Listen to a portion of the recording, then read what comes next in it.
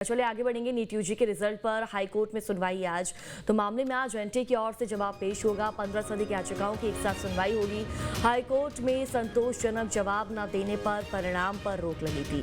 अंतिम फैसला होने तक रिजल्ट जारी ना हो, कोर्ट का यह आदेश है। इंदौर में एग्जाम के बीच बिजली गुल हुई थी और ये जानकारी आप तक साझा कर दें कि इस पूरे मामले को लेकर आज फैसला आएगा। तो नीट यूजी के रिजल्ट पर हाईकोर्ट में सुनवाई होनी है आज। देखिए, मामले में आज एनटीए की ओर से जवाब पेश होगा और 15 से अधिक याचिकाओं की एक साथ आज सुनवाई होनी है।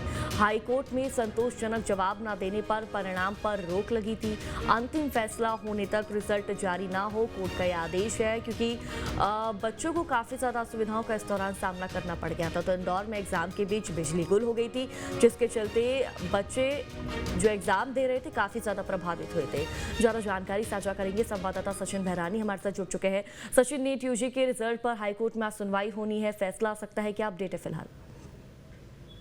देखिए, अभी ये कोर्ट में सुनवाई इसकी जारी है और अभी कब इस मामले में क्या डिसीजन आता है ये तो आने वाला वक्त ही बताएगा। लेकिन अभी तक जो मामले की चीजें जो सामने निकल कर रही है वो यही है कि 4 मई को जो परीक्षा जो आयोजित की गई थी उसमें आंधी तूफान के कारण यहाँ पे 11 सेंटर ऐसे थे जहाँ पे 600 बच्चों का 11 सेंटरों में लाइट बंद हो गई थी और उसके अलावा 600 बच्चों का भविष्य अधर में लटक गया था। और उसके बाद इस मामले में कलेक्टर ने भी ये चीज मानी थी कि बोले आइंदा और बोले आगे से अगर इस टाइप की कोई भी परीक्षा अगर होगी तो उसका बिजली से संबंधित सब कुछ पूरे तरीके से इंतजाम किए जाएंगे और उसके बाद आगे से इस तरीके की गलती ना हो, इस चीज का ध्यान रखा जाएगा।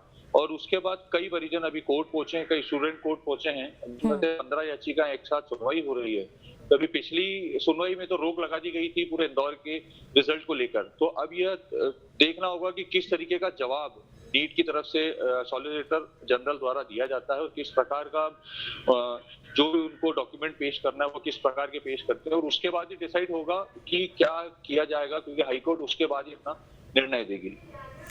सचिन, लेकिन बड़ा सवाल ये है कि आखिरकार इतनी बड़ी भूल चूक कैसे हो सकती है जब हजारों की तादाद में बच्चे एग्जाम दे रहे हैं एग्जामिनेशन सेंटर में, तो बिजली कैसे गुल हो सकती है? किसकी लापरवाही इस मामले में सामने आ रही है? देखिए, यह पूरे मामले में क्योंकि मौसम विभाग द्वारा ये स्पष्ट रूप से चेतावनी दी गई थी और लगातार उस टाइम से चेतावनी दी जा रही थी कि आंधी तूफान के साथ तेज बारिश होने की संभावना है। और 4 तारीख को जिस दिन ये परीक्षाएं थी उस दिन यही घटनाक्रम हुआ था। यहाँ पे पूरे शहर में बहुत 120 की स्पीड से 120 किलोमीटर प्रति घंटे की रफ्तार से हवाएं चली थी। बोर्ड जो होर्डिंग से वो गिर गए थे, पेड़ों की डालियां कई जगह गिर गई थी, कई जगह रास्ते बंद हो गए थे और तेज आंधी के साथ बिल्कुल तेज मूसलाधार बारिश हुई थी। और उस दिन करीब 3.25 इंच बारिश इंदौर शहर में दर्ज की गई थी। तो ये अपने आप में एक पहली घटना इस टाइप की थी जो मई में इस तरीके के हालात बने। और सबसे बड़ी बात ये कि जो जिला प्रशासन है उसको ये इस प्रकार के इंतजाम पहले करना चाहिए थे, क्योंकि जहां भी सेंटर अगर बनाए गए थे तो वहां पे जनरेटर की या इन्वर्टर की प्रॉपर व्यवस्था रखनी चाहिए थी। लेकिन इसमें किसी प्रकार की कोई व्यवस्था नहीं रखी गई। और उसका जब कलेक्टर से इस मामले में बात की गई तो कलेक्टर ने मीडिया से यही कहा था कि आगे से अगर इस टाइप की कोई भी परीक्षा होगी, जो कॉम्पिटिटिव एग्जाम्स होते हैं उसकी अगर होगी तो उसी को ध्यान में रखते हुए अब बिजली की प्रॉपर में व्यवस्था की जाएगी। बिल्कुल, अब सचिन देखना होगा कोर्ट द्वारा क्या कुछ आदेश आता है, इस पर क्या कुछ सुनवाई होती है। शुक्रिया आपका जानकारी साझा करने के लिए।